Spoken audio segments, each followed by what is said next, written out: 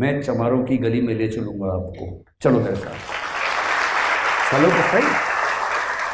तुम लाट साहब बने बने महल में बैठे बैठे शासन चलाओगे, आम आदमी का घर भी नहीं देखोगे, मोहल्ला भी नहीं देखोगे, और कहोगे कि सारे जहां से अच्छा हिंदुस्तान हमारा। अरे भाई, कुछ काम तो करो, आम आदमी से मिल तो लो, देख तो लो। और उस समय के कलेक्टर क्या करते थे, आईएएस अधिकारी बहुत सारे, फाइलों में अच्छी अच्छी बातें, यहाँ गए बांध बन गया है जो बना ही नहीं, खेतों में हरियाली है जो है ही नहीं, सब फाइलों में चल रहा है। और इसी पर व्यंग्य करते हुए पद्म ने फिर लिखा, तुम्हारी फाइलों में गांव का मौसम गुलाबी है, मगर ये आंकड़े झूठे हैं, ये दावा किताबी है, ये सच नहीं है। और अगर तुम फाइलों वाले सिविल सर्वेंट हो ना, तुम्हारी फाइलों में कुछ भी लिखा हो, उन फाइलों से देश नहीं सुधरता है, समाज नहीं सुधरता है। इसलिए हमें वो सिविल सेवक चाहिए जो आम आदमी के पास जा सकते हो, जिनमें कंपैशन हो, करुणा हो, संवेदना हो, समाज के वंचित वर्गों को मुख्य धारा में लाने के लिए कमिटमेंट का भाव हो, डेडिकेशन का भाव हो। अगर आप वैसे सिविल सर्वेंट हो सकते हैं तो सिविल सर्वेंट होने का मज़ा है, वरना तो सत्ता के भूखे लोग हजारों लाखों दुनिया में हैं ही, एक आप या एक मैं भी हो जाएंगे तो उससे क्या फर्क पड़ेगा। 1990 तक हमारी कोशिश यही रही, हमारे सारे प्रधानमंत्रियों ने, जब जनता पार्टी की सरकार बनी उस समय भी ये बात बार बार आई कि भाई सिविल सेवकों को ना लोक सेवक बनना है, पब्लिक सर्वेंट बनना है, लाट साहब नहीं बनना है, आम आदमी के पक्ष में आना है। हमारी पूरी कोशिश क्या थी कि समाजवादी रास्ते पर चलते हुए आम आदमी तक वितरण मूलक न्याय, डिस्ट्रीब्यूटिव जस्टिस पहुंचाएं। जैसे पीडीएस है, पब्लिक डिस्ट्रीब्यूशन सिस्टम है, वो आम आदमी को ठीक से मिले, राशन ठीक से मिले। हमने रिजर्वेशन पॉलिसी बनाई तो रिजर्वेशन ठीक से उस व्यक्ति को मिले जिसको मिलना चाहिए।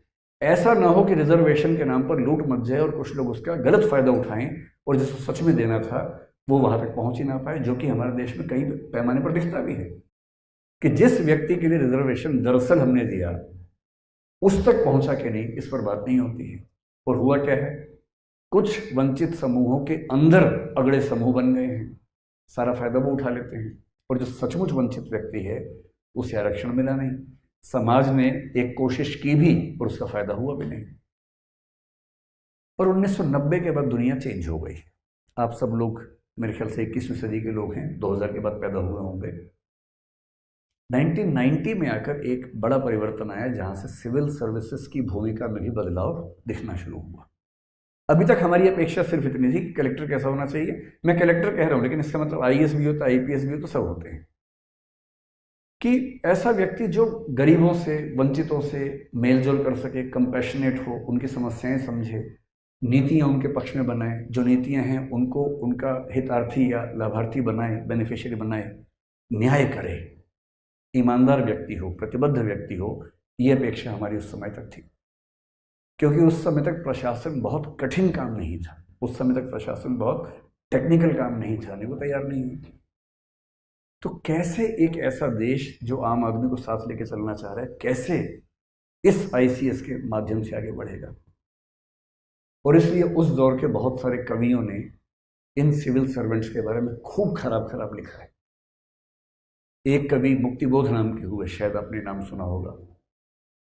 मुक्तिबोध ने कविता लिखी अंधेरे में, जिसका मतलब है कि देश अंधेरे में डूबा हुआ है, और उसमें ऐसा लगता है कि सिविल सेवकों के बारे में लिख रहे हैं।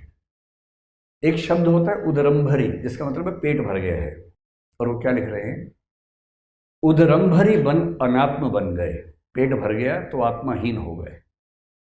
भूतों की शादी में कनात से तन गए, किसी व्यभिचारी के बन गए बिस्तर, बहुत बहुत ज्यादा लिया, दिया बहुत बहुत कम, मर गया देश, अरे जीवित रह गए तुम। भाई मैं कौन से हॉस्पिटल में जाऊं, कौन सी दवाई लूं, मैं किस क्लिनिक के पास जाऊं, मैं कौन सा स्पोर्ट खेलूं, कौन सी संस्था के पास जाऊं, मेरी चॉइस है। और संस्थाओं के पास भी चॉइस है, कौन सी सर्विस दें, कौन सी ना दें। एक नया मॉडल आया और कहा गया कि इस मॉडल को हम गवर्नेंस पे या स्टेट पे भी तो अप्लाई कर सकते हैं।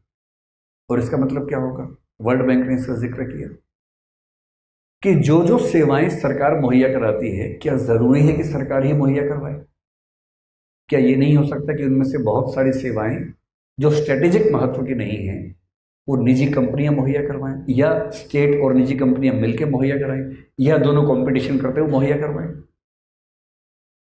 क्योंकि जैसे ही आप चॉइस देते हैं वैसे ही क्वालिटी बेहतर होने लगती है, कमिटमेंट बेहतर होने लगती है। ये ठीक वैसे कि आज से 25 साल पहले जब आप लोग नहीं थे, अगर आपको अपने घर में फ़ोन लगवाना होता था अपने पेरेंट्स को, तो फ़ोन लगवाने के लिए कम से कम 100 चक्कर काटने पड़ते थे। उसके बाद एक थका हुआ सा फ़ोन घर पे आता था जो बार बार ख़राब होता था। उसको ठीक करवाना नया फ़ोन लगवाने जितना मुश्किल होता था, क्योंकि चॉइस नहीं थी।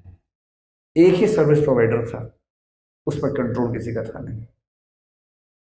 1990 के बाद दुनिया अचानक चेंज हुई बड़े पैमाने पर। और ये चेंज क्यों हुआ? 20th सेंचुरी के बीच में 1950 के आसपास जब सेकेंड वर्ल्ड वॉर खत्म हुआ, आपको पता है कि वर्ल्ड बैंक बना, उस समय यूनाइटेड नेशंस बना, IMF बना, ये सब संस्थाएं बनी। धीरे धीरे एक विचार बदलना शुरू हुआ। एक विचारधारा पैदा हुई जिसको नियो लिबरलिज्म कहते हैं, नव उदारवाद कहते हैं। आपने शायद इसका नाम सुना होगा कई बार, आजकल खूब जिक्र आता है इस विचारधारा का। पॉलिटिकल साइंस में, पॉलिटिकल फिलॉसफी में टेक्निकली इसका नाम लिबर्टेरियनिज्म है, स्वेच्छातंत्रवाद है, जिसको सामान्य भाषा में नियो लिबरलिज्म या नव उदारवाद कह देते हैं।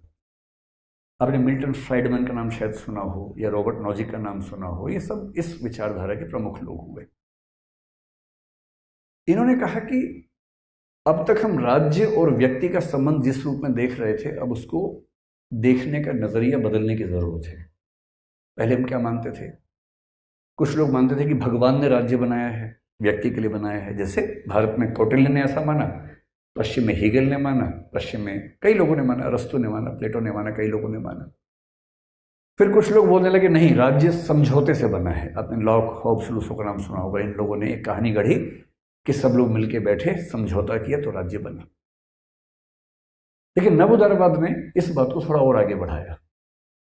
उसने कहा कि व्यक्ति को फॉर ग्रांटेड नहीं लेना है कि राज्य का, पुलिस का, स्टेट का, सरकार का जो मन करेगा कर लेंगे व्यक्ति के साथ। ये कोई ठीक बात नहीं है। व्यक्ति के अपने अधिकार है। और ये बात क्यों आ रही है?